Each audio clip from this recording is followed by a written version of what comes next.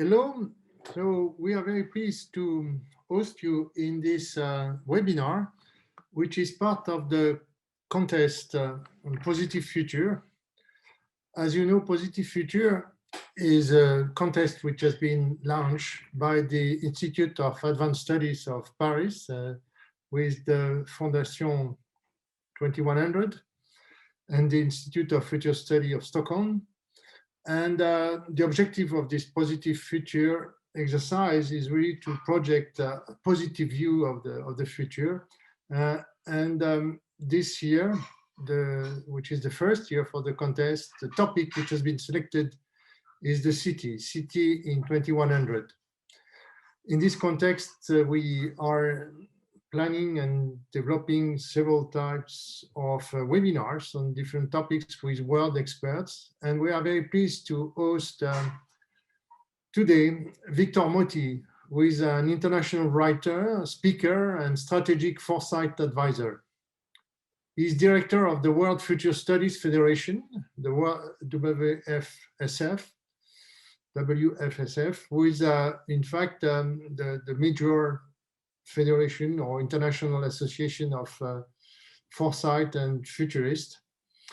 And he is also the managing editor of the European Journal of Future Research, which is published by Springer.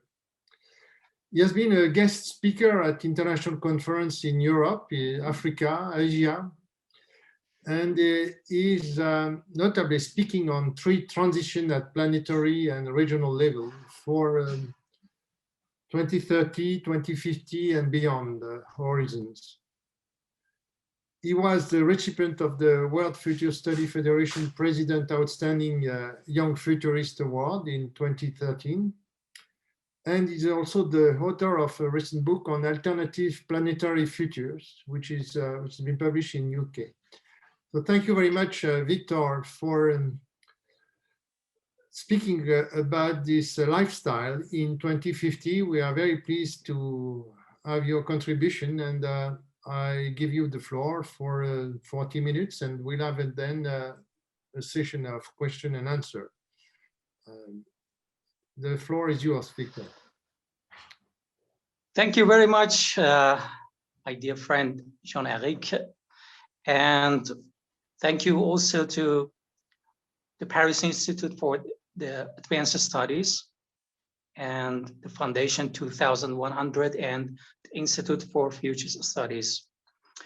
I hope that today we will have a good introduction to the field of future studies, and we can quickly review a couple of useful ideas about what is on the horizon.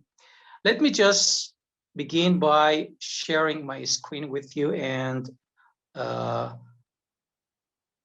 sharing the presentation.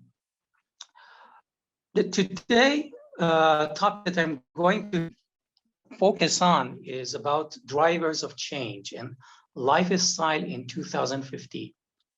As you can see, I can summarize into 2 key developments. One of them is that the future world is becoming more decentralized and also autonomous. I'm using the interesting term futurescape. It is like a landscape, but is a word which combines landscape and the future, and we call it futurescape, to give us a sense of what is going to happen or what is going to emerge in the horizon that we are talking today.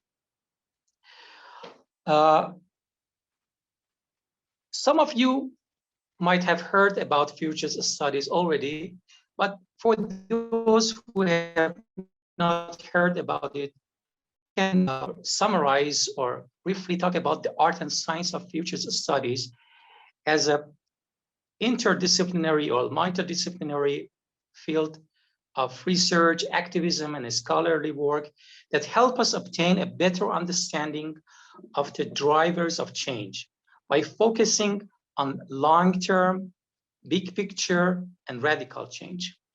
And of course, these 3 elements, long-term, big picture and radical change are inscribed on the logo of the World Futures Studies Federation as its motto.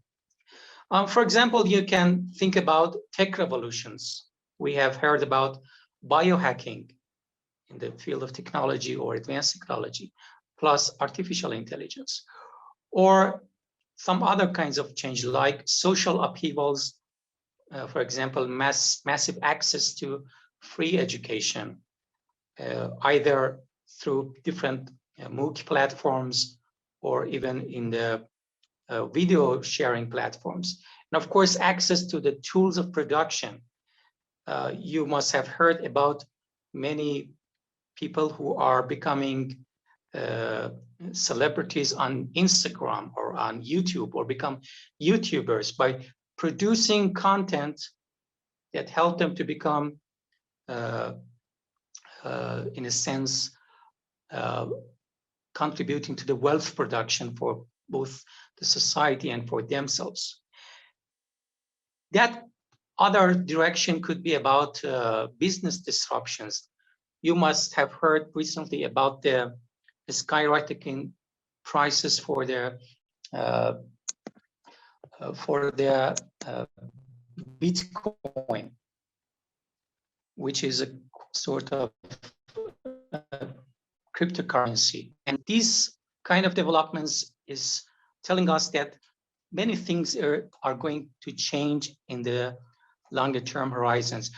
In particular, for example, in the business, we can expect that perhaps these kind of developments might prepare us for the end of banking. If there is Victor, excuse me, we lost your screen. You lost my screen? Yeah, you have to share it again. Oh, sorry.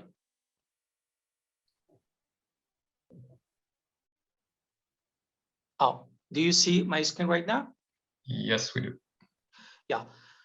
So it could be the potentially the developments or advances in money or cryptocurrencies prepare us for the end of banking, or other kind of major transformation. For example, a post-plastic society could emerge because of the environmentalist activism or ethical objections to the use of plastic in the society. This was just a couple of examples that give you a sense of what kind of revolutions or what kind of radical changes could happen. But let me begin by talking about the strategic foresight. The strategic foresight has a good definition in terms of the this definition by Richard Slaughter, who was a former president of the World Futures Studies Federation.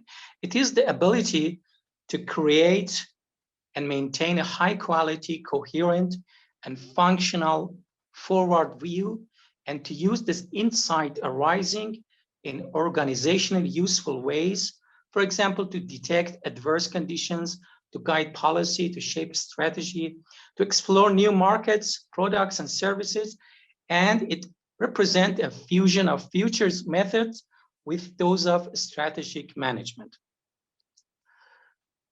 The key focus of today's webinar is, of course, the drivers of change, which are one of those important area of focus of many futurists and foresight scientists or foresight experts. These drivers are actually factors that are causing the change or affecting or shaping the futures. And as you can see here, we do not use the word future. Instead, we say futures in the plural sense, because we are trying to highlight the importance of thinking about possible alternative futures, not only trying to forecast the most probable or the most likely future, or trying to say that we are predicting anything, but instead we are trying to make sense of the dynamic of the change and see or make sense of the factors that are pushing those changes forward. In today's webinar, I have collected a number of drivers of change, such as data, clean energy, automation, silver tsunami, and biotech. And of course, this list is not comprehensive. and then add a lot of more drivers of change. One of the skills of a good futurist is, of course, the ability to sense, to list, and to make deeper analysis of these kind of drivers of change. And of course, as I just mentioned, today I'm not going to talk about all kinds of drivers of change or a complete list, but just a selection of those changes or drivers of change. I begin by data revolution. In this figure, I'm trying to highlight for you a very important change, which is happening in our time. In this picture, you see the market capitalization of banking industry versus big tech firms. And as you can see, during just one decade, from 2007 to 2017, the ranking of the top actors or top players in the market capitalization field has been changed. In 2007, you see that the majority of the top ranking corporations are actually banks. The Citigroup, Bank of America, ICBC, HSBC, JP Morgan, and China Construction Bank. And after them, you see Alphabet, Amazon, and Apple. But after just one decade, in 2017, you see that the ranking has been changed. The market capitalization as an objective measure tell us which industries or which corporations are the top achievers. And as you can see in 2017, Apple, Alphabet, the mother company of Google, and Amazon are the top ranking corporations, and they have pushed down the banks. And this simply tells us that the data revolution is becoming a very important player or a very important driver of the change. And it tells us that what is more valuable in the current world or the future world is how you have access to data and how you can create wealth from your access to data and from your use of such data. Another driver of change is, of course, clean energy. You must have heard about the Paris Agreement, and you must have heard about the recent decision by the US administration, President Biden, to pledge a 50% reduction of the carbon footprint in the horizon of 2050. But here you see that almost 139 countries have plans for achieving a 100% goal of clean renewable energy. And here you see that the key focus, of course, is the transition to the wind, water, and solar, WWS, for all purposes. I mean, electricity, transportation, heating, cooling, and industry. Of course, such a transition will cost the society and the economy a lot of jobs. Here you can see the estimate of 52 million jobs will be lost. But at the same time, there are many estimates that such a transition could actually be contributing to great jobs.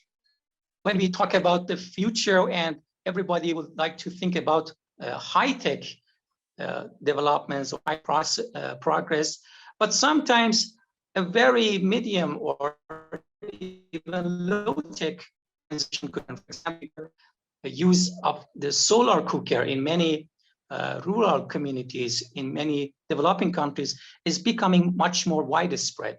And the transition to use of the sun energy is actually a very important factor of change that is happening just now and is going to become much more important later. And if you follow the other kind of sources about this transition, or the point about carbon neutral future, you see that the United Nations and of course other organizations are very much focused on this transition. And this zero carbon future, even though might seem to be a very big challenge, is actually for many corporations.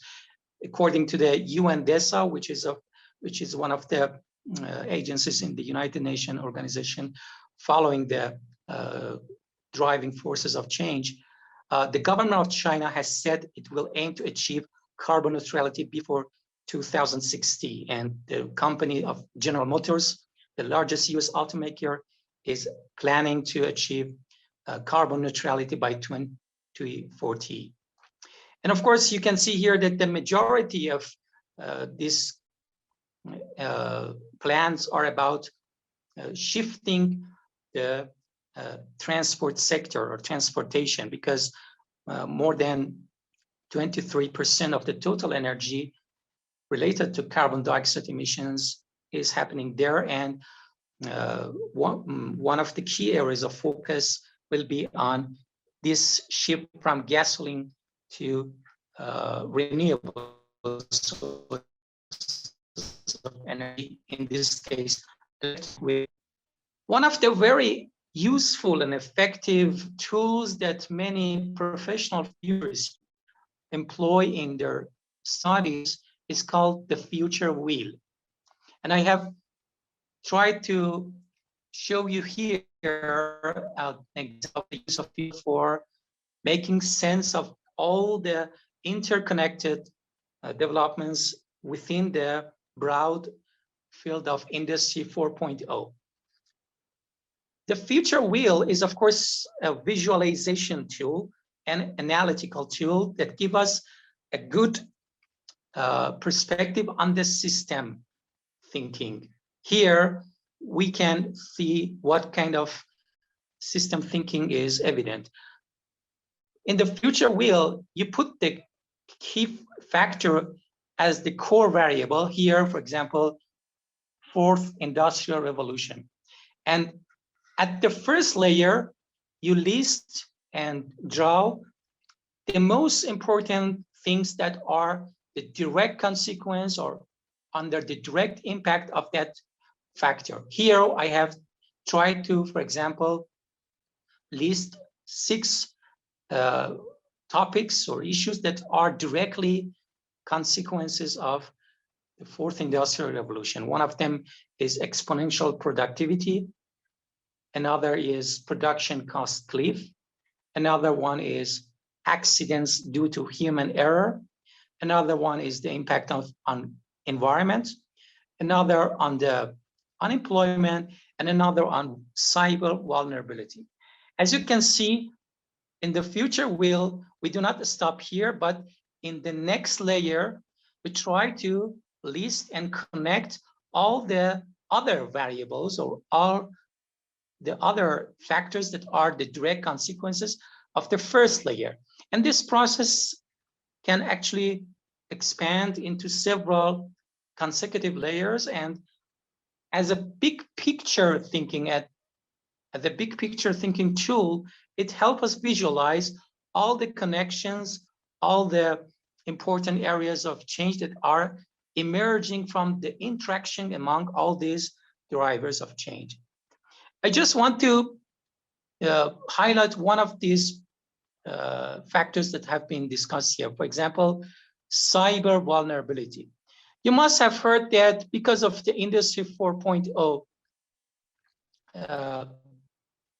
revolution, there will be a lot of job loss happening in the society, because the society will become much more automatized and there will be more digitalization. But as you saw there is a consequence known as cyber vulnerability. And this tells us that we need cyber security. To the contrary of the many estimates that people have about a huge, massive unemployment that should be in front of us, we see here that there are evidence that there is a large or huge workforce gap in the cybersecurity. As you can see, from 2013 to 2021, there has been a 350% growth in open cybersecurity job positions. And of course, lots of them remain vacant because there is not enough talent to fill those positions. According to New York Times reports, there is a prediction that there will be 3.5 million unfilled cybersecurity jobs globally by 2021, which is the current year, up from 1 million position in 2014.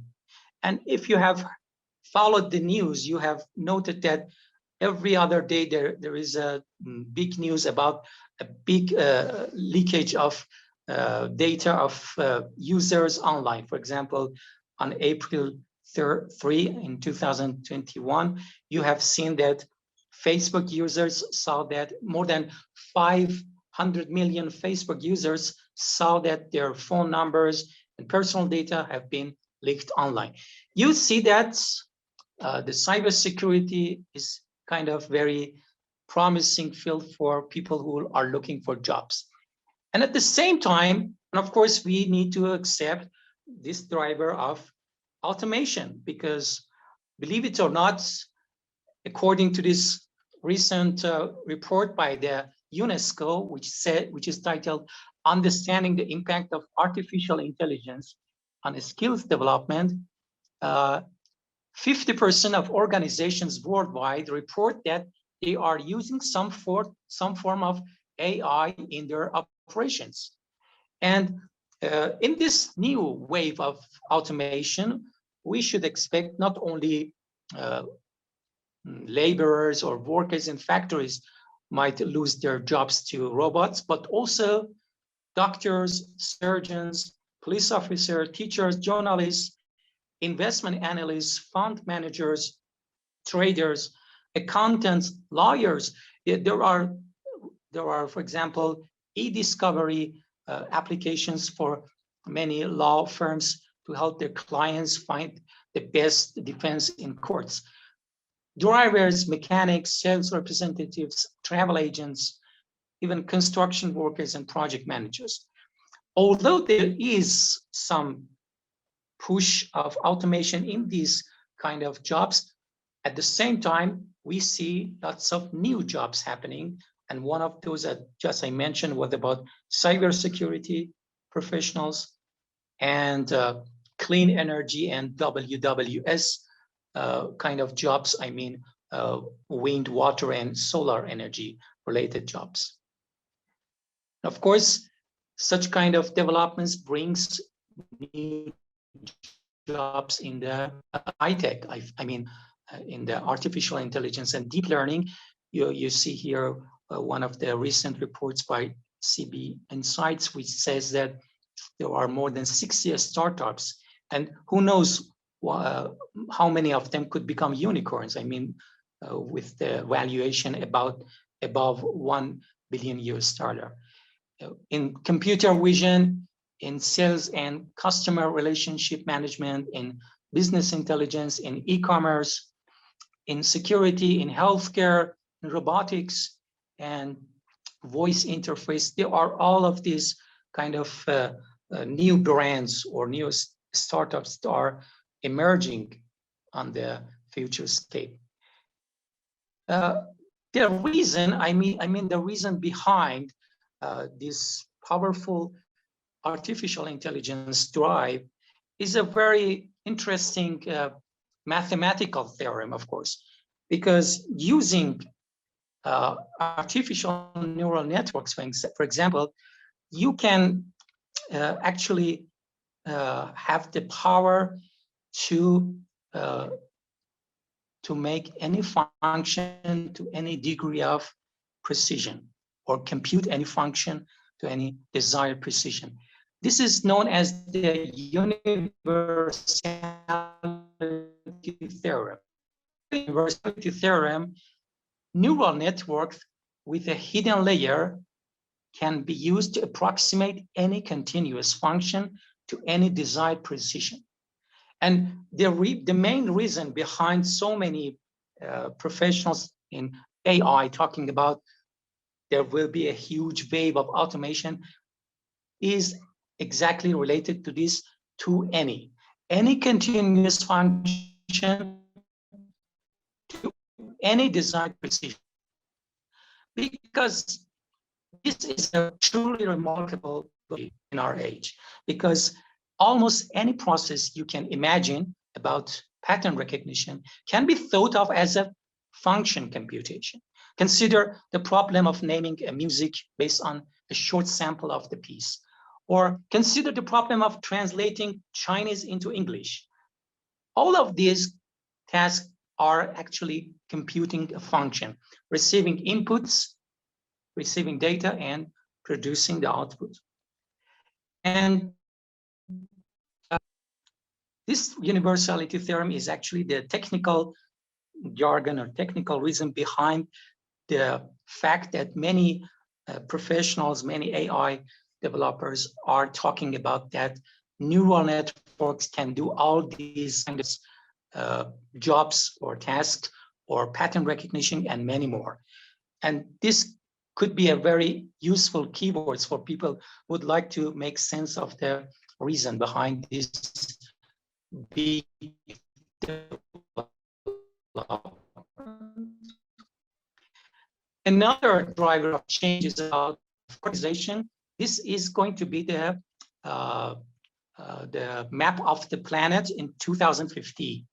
As you can see, populations are getting older, and in this map, it's the percentage of people aged over 60 years are shown in dark blue and light blue.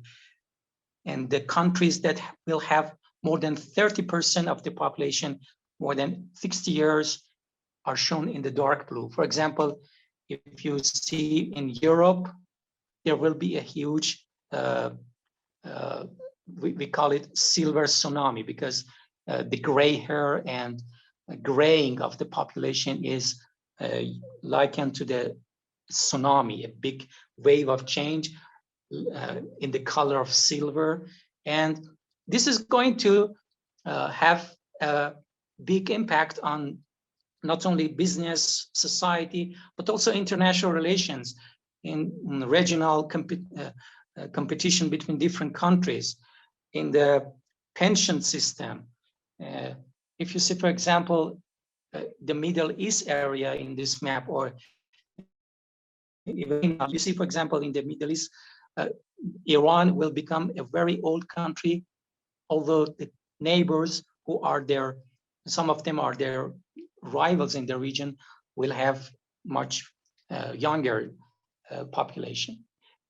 Another study which has been summarized here is by the United Nations Department of Economic and Social Affairs. And you simply see that the fertility or the birth per woman is on a big declining trend here, starting from 1950, ending on 2100. And different continents are actually approaching the mark of 2 births per woman.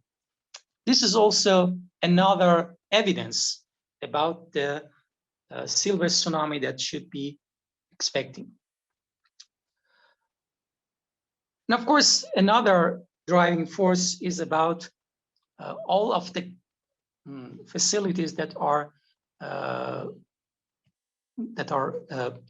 in the market, that coming to the market for people who would like to begin genetic engineering or biotech revolution. For example, there are many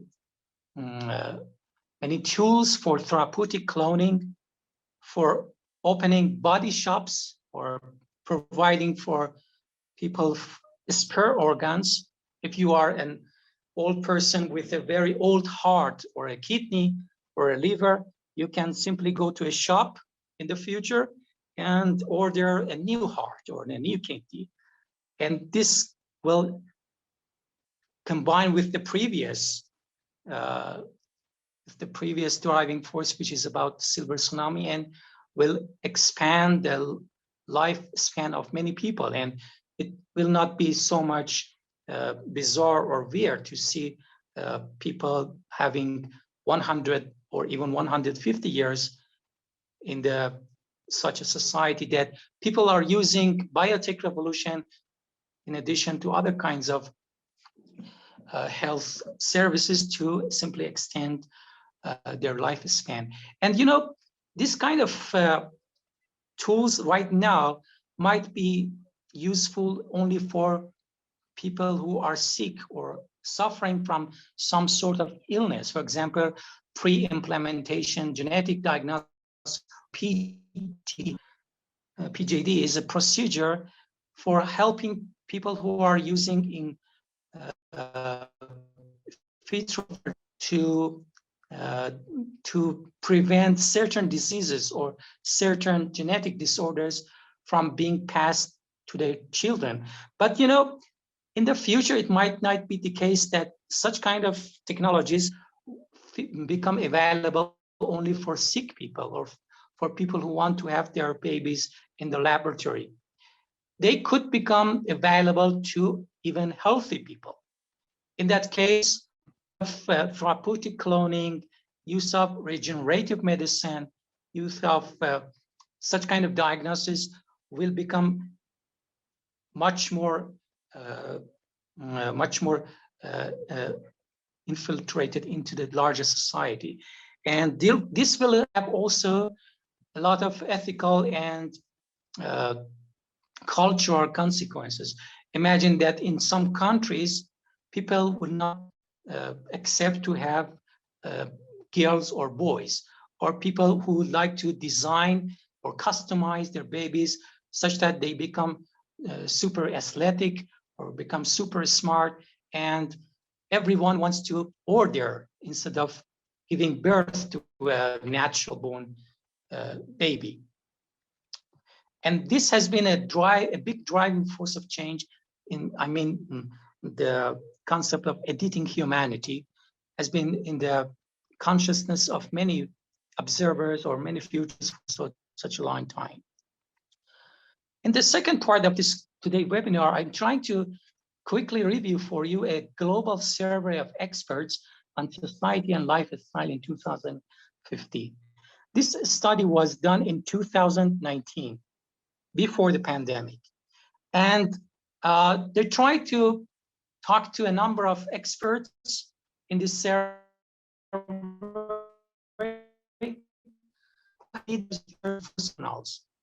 and the survey showed that a decentralized and autonomous futurescape is emerging in consumption of food, manufacturing goods, and infrastructure. By that, we mean housing and mobility. There are several academic journals in future studies, and this particular survey talked to 1,200 experts to collect and analyze their perspective and viewpoints on the future that is going to happen in 2050.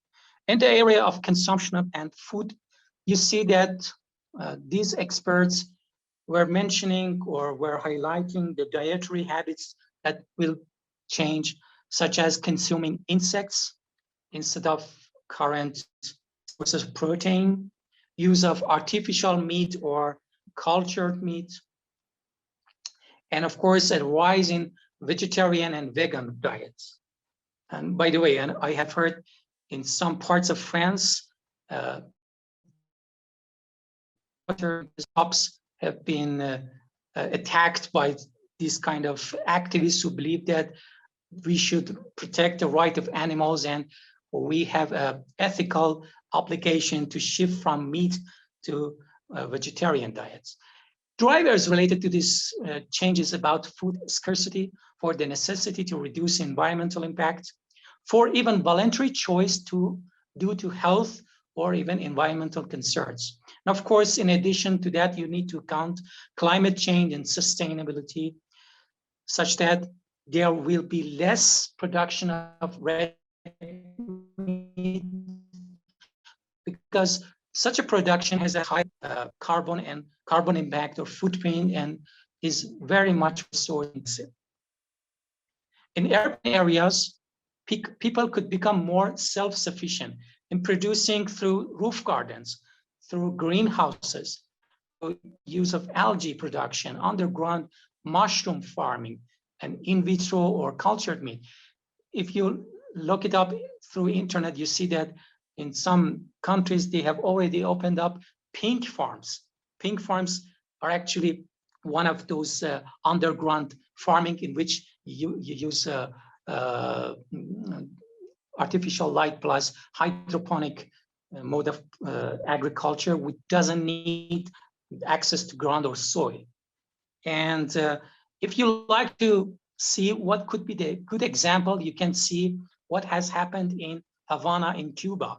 Because of the US sanctions against Cuba, they have been shifting towards this kind of vision of self-sufficiency in producing their fresh vegetables or fresh produce in the city environments for a long time. And this kind of living, I mean, city agriculture has been around in some countries like Cuba for many years. About the manufacture of goods, you can expect a big shift of demand and sharing as a mode of consumption, because there will be increasing adoption of 3R activities driven by environmental concerns. These 3R are listed here, like repair, reuse, and recycle, and in addition, sharing. Instead of just buying, consuming, and throwing away, you will expect more experience-based consumption. You do not need to own something as opposed to use something or have an experience of having stuff in your life instead of owning that stuff. And this kind of shift in demand, in addition to the platforms that are emerging, will be very it become the production could become even more localized and on a smaller scale and more environmentally conscious in product design and material use. And of course, such kind of pressures are also about the use of non-fossil fuels and use of algae-based fuels, replacing crude oil, use of bioplastics, biodegradable, and replacing plastics or oil-derived plastics. More centralization and distribution in a local sense, which means that many more economies become less dependent on factory mode of production, or mass-produced goods from factories become less necessary for households and community and the future economies.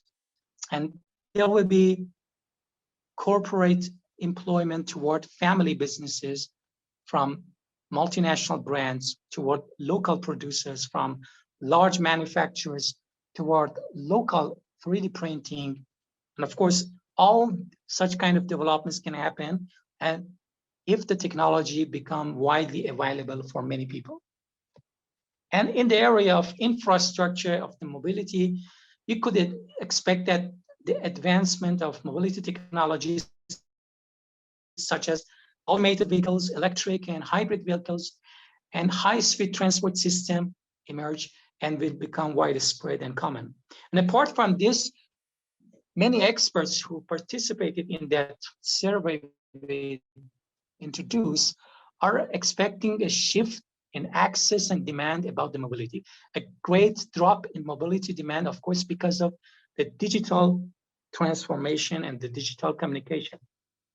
And the current pandemic, I mean the coronavirus pandemic, which has galvanized the move toward more digitalization, more remote work, is simply reinforcing such a transformation.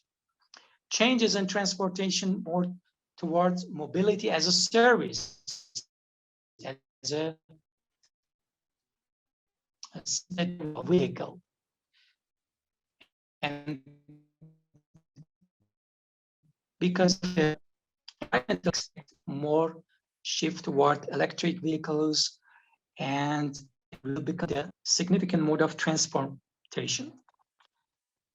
And finally, about the housing, which is one of the infrastructure areas in this study, you can expect that incorporation of renewable energy.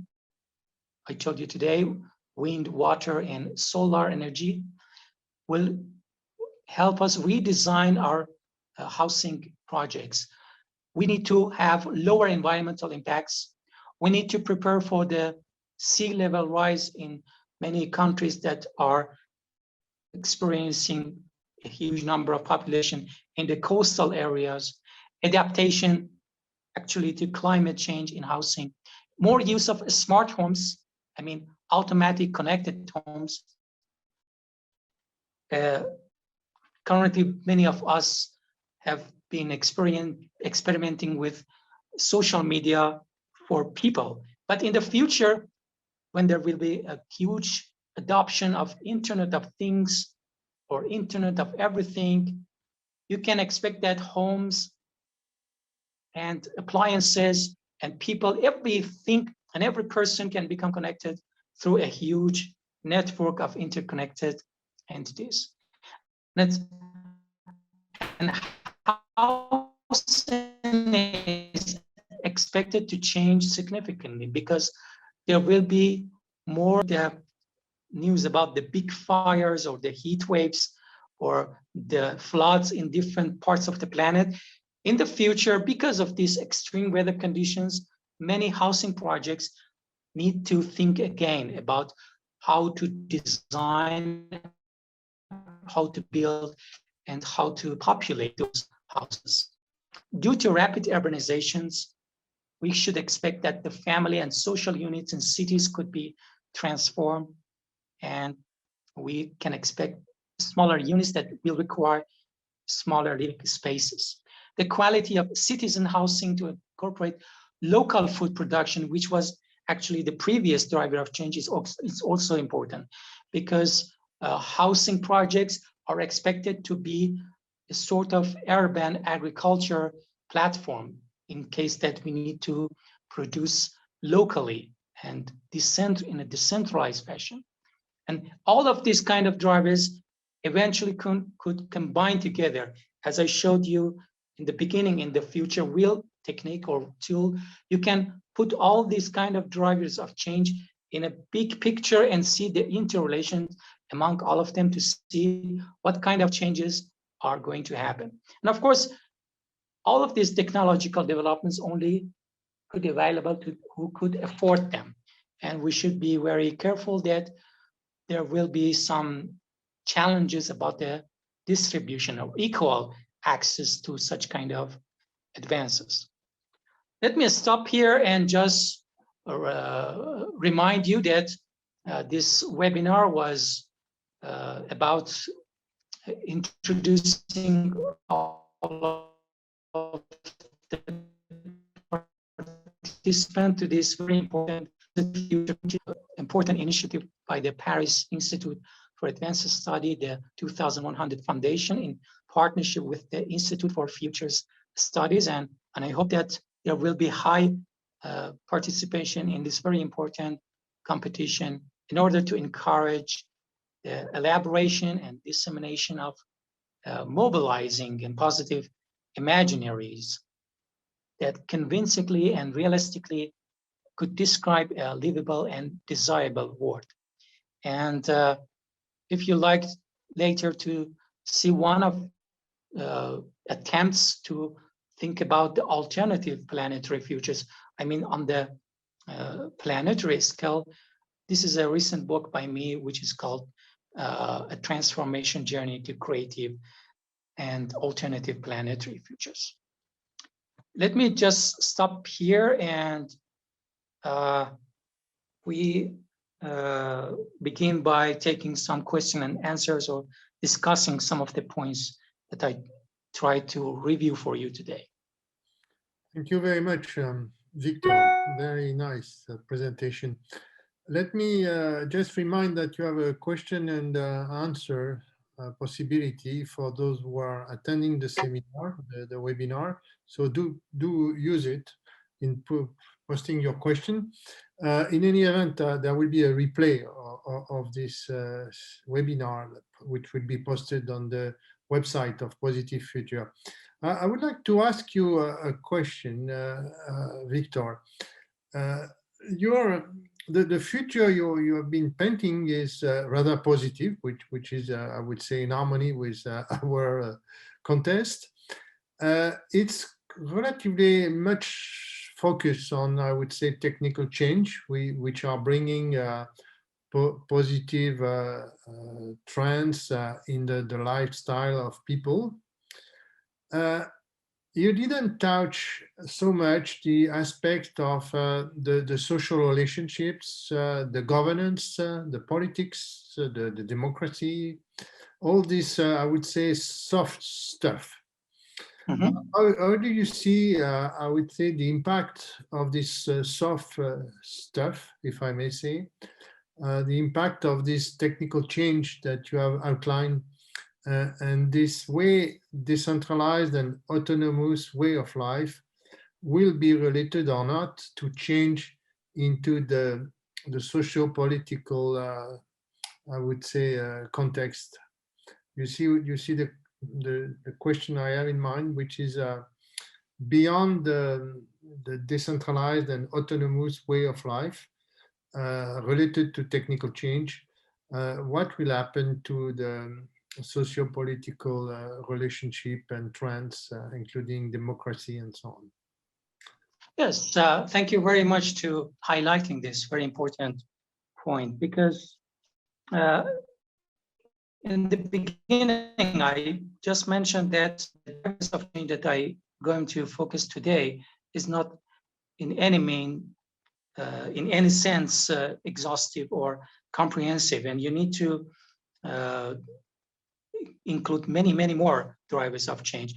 For example, if you have followed the recent developments, you see that there have been some significant decline in the number of democracies in the world, in the sense of political changes that are happening. And the more extremist groups are winning in elections or in different countries, and this could also make a dramatic impact on the Futurescape. But I hadn't enough time to actually go to a very long list of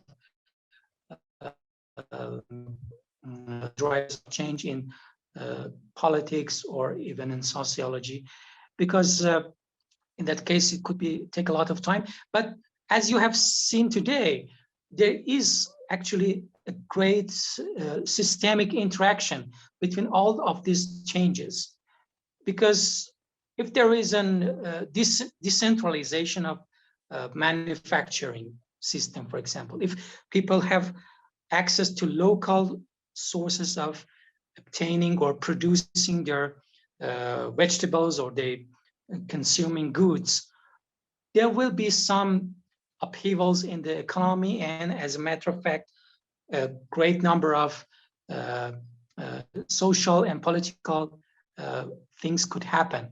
If there will be a huge wave of unemployment because of automation in different countries who do not have enough plan for absorbing the workforce in the economy.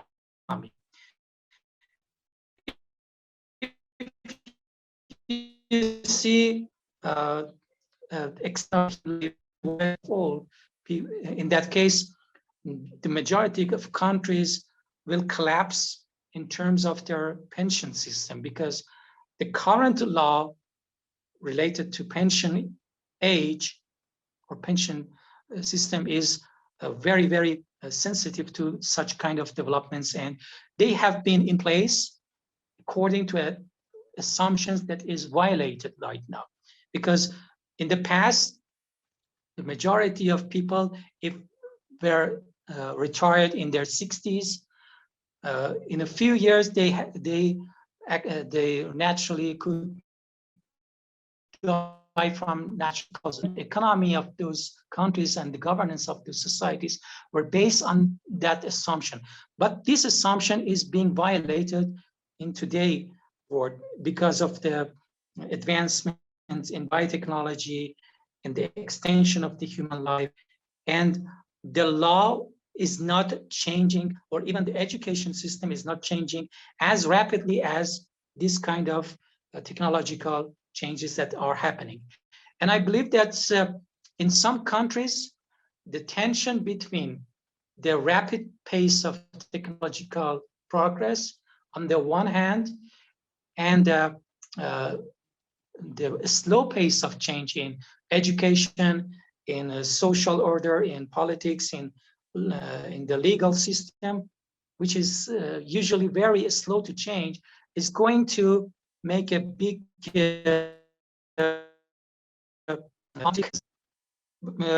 we can discuss it a lot more in depth and breadth, but I try to again point out that there will be a big dynamic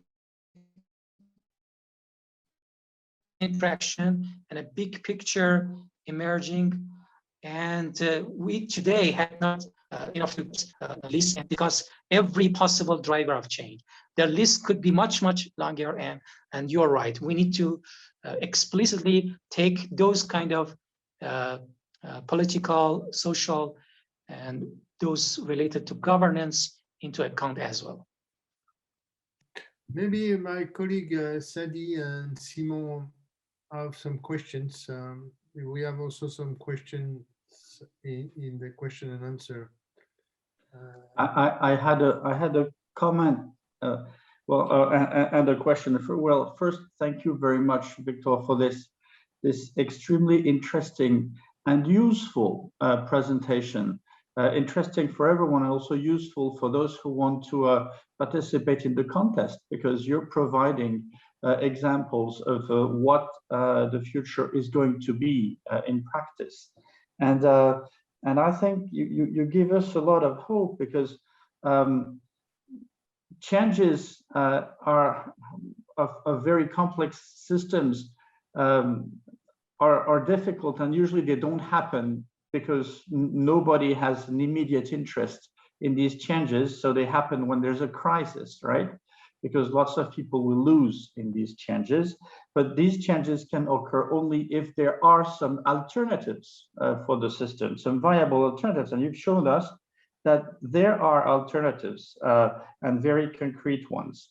And so you provide us hope there. My question is about not the silver lining of lost jobs and gained jobs, but about this silver wave you talked about, that there'll be a lot of old people. And so they will become a very influential majority, and they will also hold a lot of the power and probably the capital. Does this mean that we will see emerging societies where the values that are important for the elderly, like health and care, will come at the forefront of what is everyday life? Yes, thank you very much for your question, and for referring back to the idea or the driver of silver tsunami. You saw in the map that I showed you, that was prepared by the World Health Organization, that Europe, Canada, China, and in the Middle East, Iran, are all having more than 30% of 60-year-old people in their population statistics. And on the other hand, they will be surrounded, in a sense, by a large number of still relatively young in comparison to them.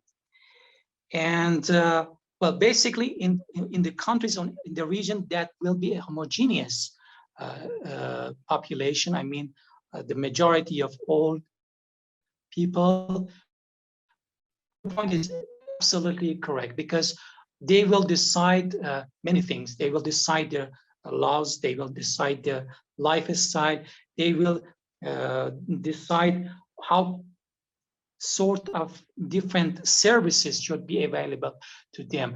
They will be deciding the priorities.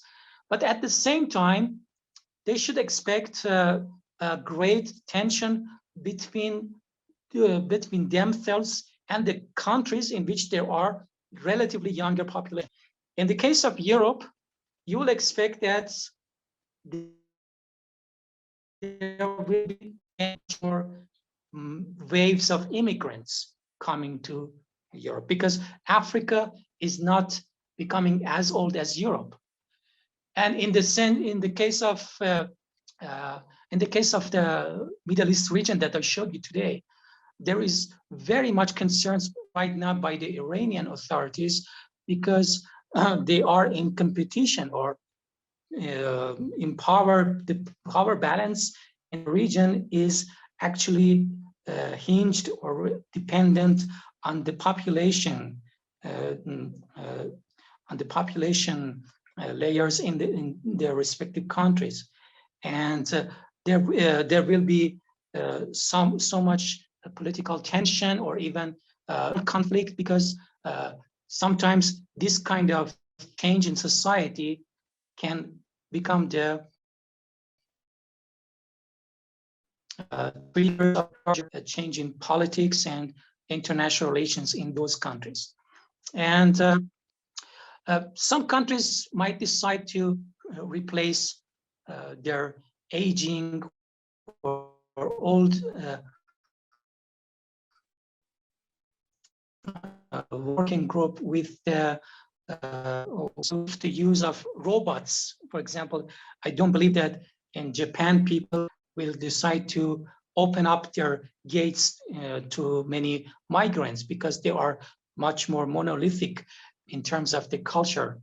And in some countries, as I just mentioned, there will be tensions that could become transformed easily into conflict. I mean, armed conflict or even war, because the change of demography and the declining trends of therefore much translate into a huge change in terms of the power balance between different ethnic groups, or even between different religious minorities in those regions. And even in this very limited field, which is about older or aging population, you can think about a range of alternative futures. And there is no single future even related to the aging. And here, just in the older or aging or silver tsunami, you can imagine lots of different futures for different parts of the world, for different groups of people. And this has a lot of depth if you like to explore all of it. Thank you very much. So, there is a question from Fabienne Goubaudiman, whom you know, was the former president of the World Future Study Federation, and who is part of the scientific council of the Positive Future contest. The question is the following. Hi, Victor. You mentioned smaller living spaces, yet the COVID-19 pandemics demonstrated how urbans need space, especially in the cities. If they can't access large living space, they might want to move out of big cities. What do you think about this trend? You got the point, Victor? Yes, of course.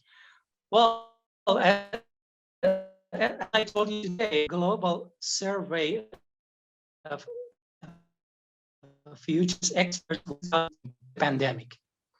And Victor, if you want, can we ask you to cut your video because it's very much fluctuating. So we are missing your words sometimes, and it's better to hear you correctly rather than bad, even if we see your very nice face.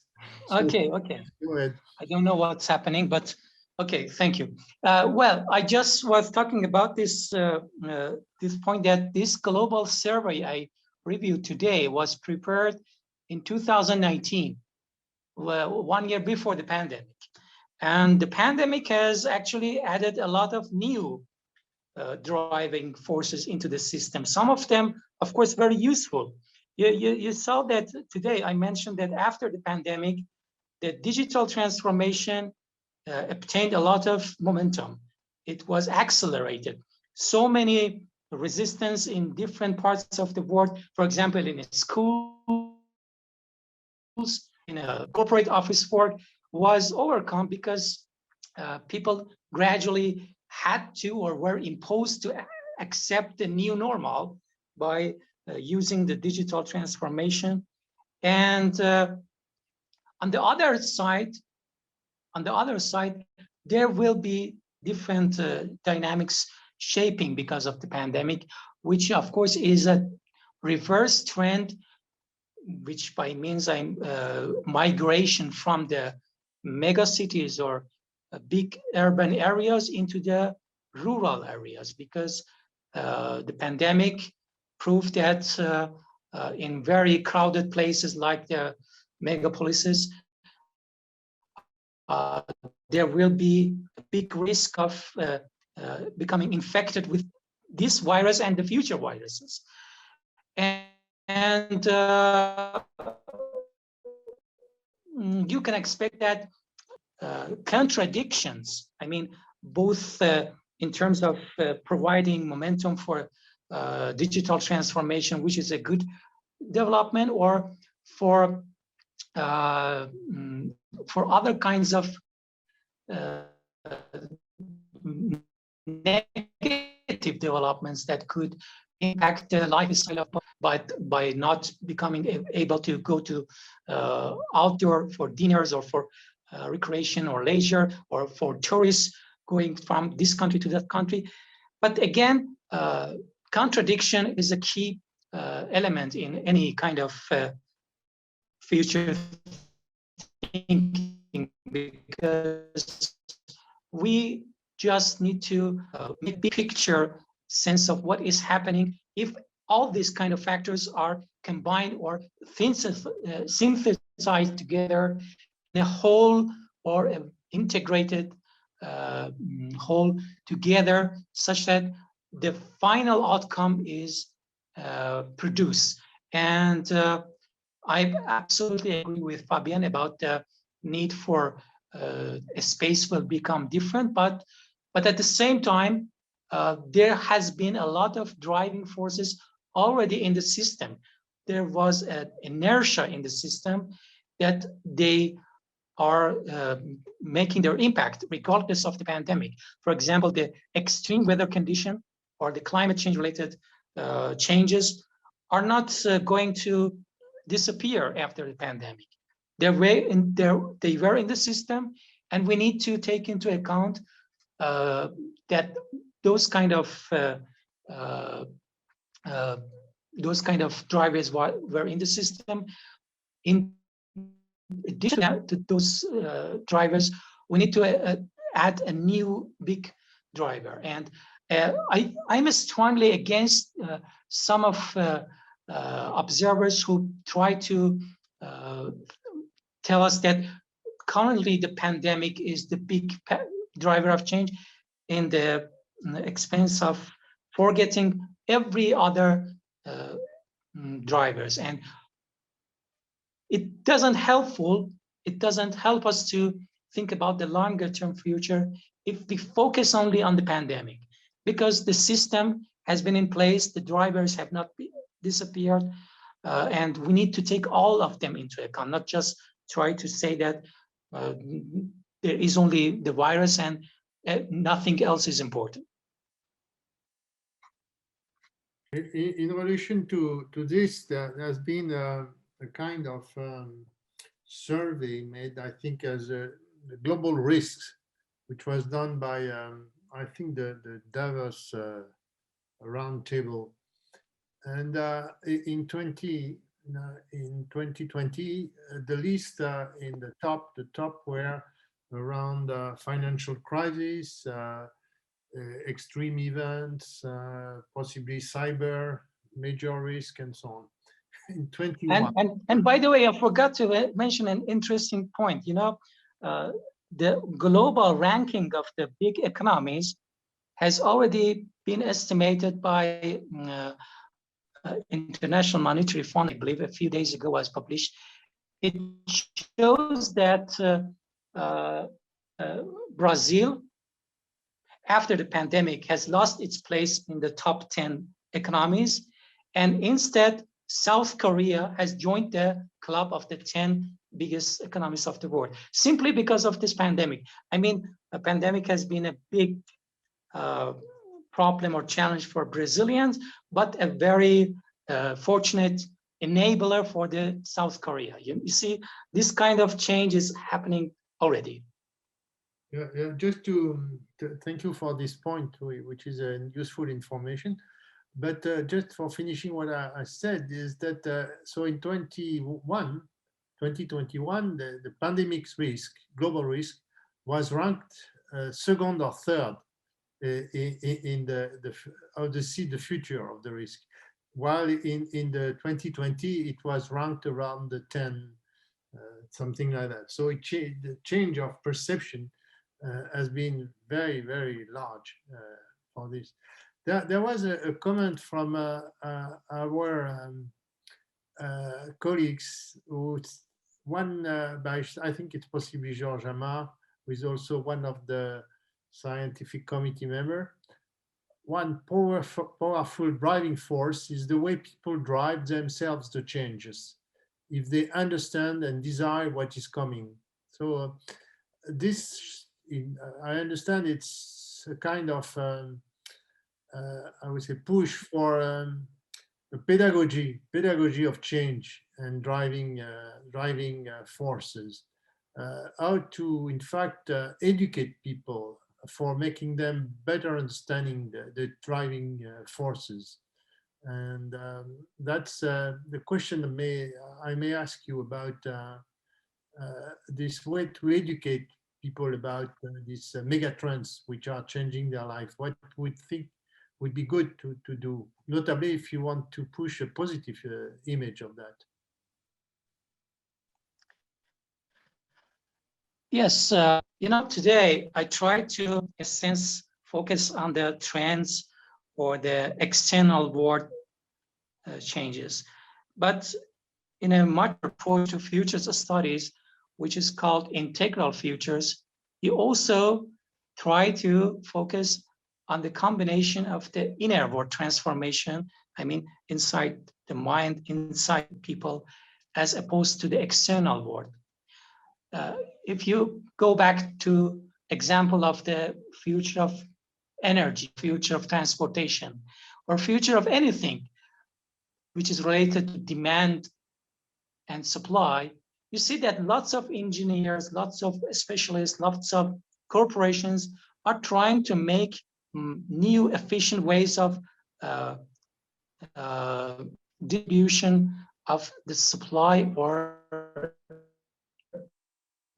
adding to the supply. They try to find new ways of supplying energy for much more economic growth.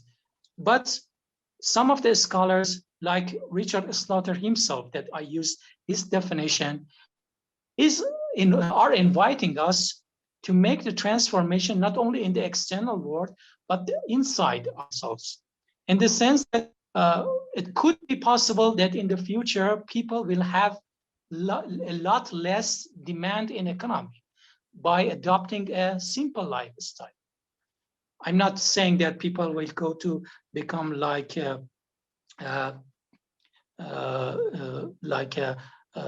monk in a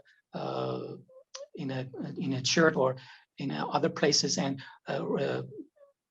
adopt an aesthetic lifestyle, but much less demand for travel, for example, for tourism, for having a lot of new income in their family by using the transportation system, adding a lot of demand for energy. I mean, some kind of sustainability researchers are calling us to fundamentally change our mindset about the demand shift, not only about the better, efficient ways of allocating resources to much more supply in the economy, to bring down the demand, to accept that perhaps we do not need a lot of stuff in our life to become have a fulfilling life, to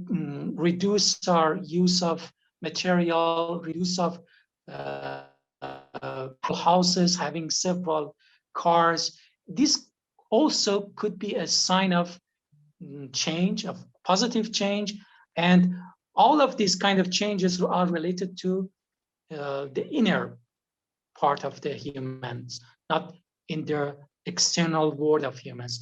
And for that kind of inner transformation, of course, you need to have an integral approach to future studies, and you need to have better leaders who can galvanize people to convince them that a new lifestyle, an alternative lifestyle, is also possible with much less demand, which much less ownership, which is defined by more access or more use of lifelong learning educational options. And these kind of drivers of change are often overlooked in many studies and researches because they are hard to measure, they are hard to quantify, and they can raise a lot of debate whether you have the right to ask people to change in their inner world instead of changing their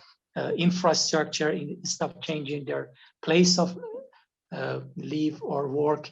And this kind of transformation, I mean, consciousness transformation, is of course important, and I could not include also this in this important factor in this today webinar, but I hope that one of those people who are participating in this Positive Future contest will provide proposals or suggestions for how to make an inner transformation, not outside transformation, for the future of the city and for the future of the world. Very possibly we will have some work which will present this inner transformation, which is definitively important. In relation to this point, there is a question coming from the question and answer session, which is quite interesting because it's someone with the intention or probably to provide a work for the competition. And the question is the following.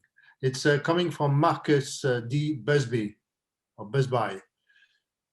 A couple of philosophical questions to assist me develop narrative. What is the function of the human within the biosphere of the planet Earth? Is technological extrapolation conducive and sustainable for a species, in that case humans, living within an ecological organism such as the planet Earth? So you see, it's about really the function and the position of the human in the broader biosphere, which is constituted by the planet Earth in the universe. So what could you add on this very, not only philosophical question, but it's also a matter of the future of mankind? Well, if we want to go to the philosophical question about the existence of humans, we first need to question our worldviews and the mythologies and theologies that are informing our worldviews. And unfortunately, the majority of the current dominant technologies have or false myth about the place of the human on Earth. And by that, I mean that the humans are separate from nature, or even the humans are the pinnacle of the creation, which is actually an interpretation, which is actually related to a specific narrative. This might not be the case because you have already are experiencing the impact of a tiny invisible virus on the very life and work of humans on this planet. And this, I believe this pandemic was an awakening moment for the humanity to become more humble in the face of the power of nature. And if you're introduced today, I mean, Alternative Planetary Futures, that book has been written based on a pantheist worldview. And by the pantheist, I believe that we are trying to better explore the ideas put forward by people or philosophers like Spinoza and other kinds of pantheists who try to bring closer the notion of God and the nature into a unified or a single concept, in the sense that as long as we are not questioning our mythologies and theologies that are falsely claiming that the humans are much better or much dominant over the planet, and reduce the role of nature as something separate, it could have a lot of negative consequences for the future of the planet and the future of humanity. But if, for example, in that Alternative Planetary Futures that I am talking about in that book, which is informed by pantheism, you see that this mythology or this theology is giving you a lot of new space to think about the existence of the humans, their past, and their future in combination with the Earth and the cosmos in general. But this kind of transformations or changes are not about the external world. It is actually about the inner world transformation. And this is also another instance or example approaching a very hard to measure, hard to observe place in searching and drivers of change. Thank you. Victor, you should really not use your video. I'm sorry about that, but we hear you better, as Jean-Eric said, when you have, yes. Fantastic. Okay. Yeah. Maybe Sadi, you might have some questions at this time. We are close to the end. Maybe you have some. Yeah, well, I have one question. Well, first, I felt that Victor was very modest when he said he did not give any answer to the way we could change when he was talking about changing inside, because he gave us some hints about different ways of consuming less when he was talking about sharing, about product as a service. So it's going for less individual property in a way, and having less footprint, and being more socially in the way we organize our life. And this is where I have a question. I mean, nothing is really new. There have been, or there are other societies where there's less amount of material stuff, right? Like I'm thinking about nomadic societies who don't carry that much, around, or hunter-gatherers who have much less artifacts. I'm thinking about places in the primary forest where I've been, you know, in long houses, you don't have that many possessions in households. And so can you tell us about the value system, the cultures, the mindsets, and the rules that go with such a different way of consuming less and sharing more what we use?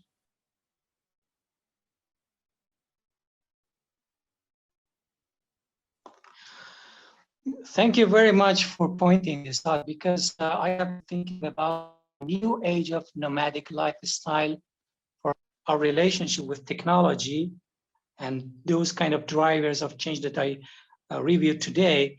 There is always a reciprocal relationship. I mean, when we shape our technology, at the later stage, the technology shape us. And this is going to, in a sense, a dynamic path forward to more or higher level of complexity. Imagine that in the longer term, I mean, in the horizon of 2050, every person can become again a member of a nomad lifestyle. By that I mean, if you do not need to plug your appliances into a socket in your home or your office and using a solar panel, then you simply can go from this place to another place without becoming dependent on a certain sources of energy, because you are using the solar energy for cooking, for charging your batteries, for everything.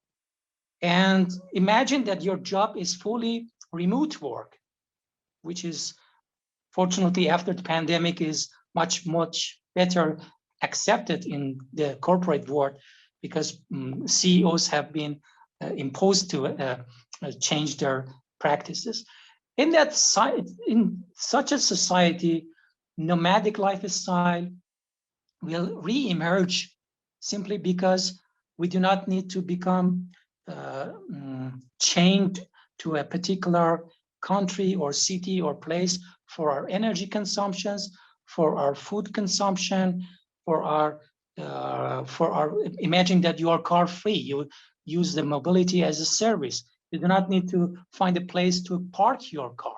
And all of these developments, I mean, in technology, in economy, in governance, they are synthesized in a whole such that you are able to become less dependent on a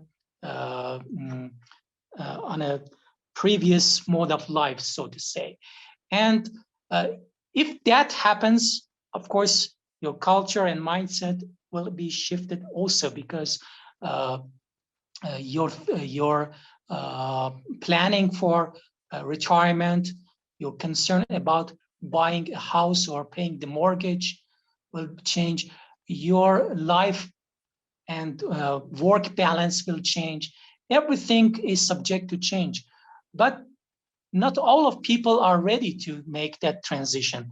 Many people are much chained to their habits in the current system. And at the first, you should expect that a number of more courageous people, more pioneering personalities will go forward and adopt the new lifestyle, and gradually the momentum will become in place in the sense that different number of people will join you.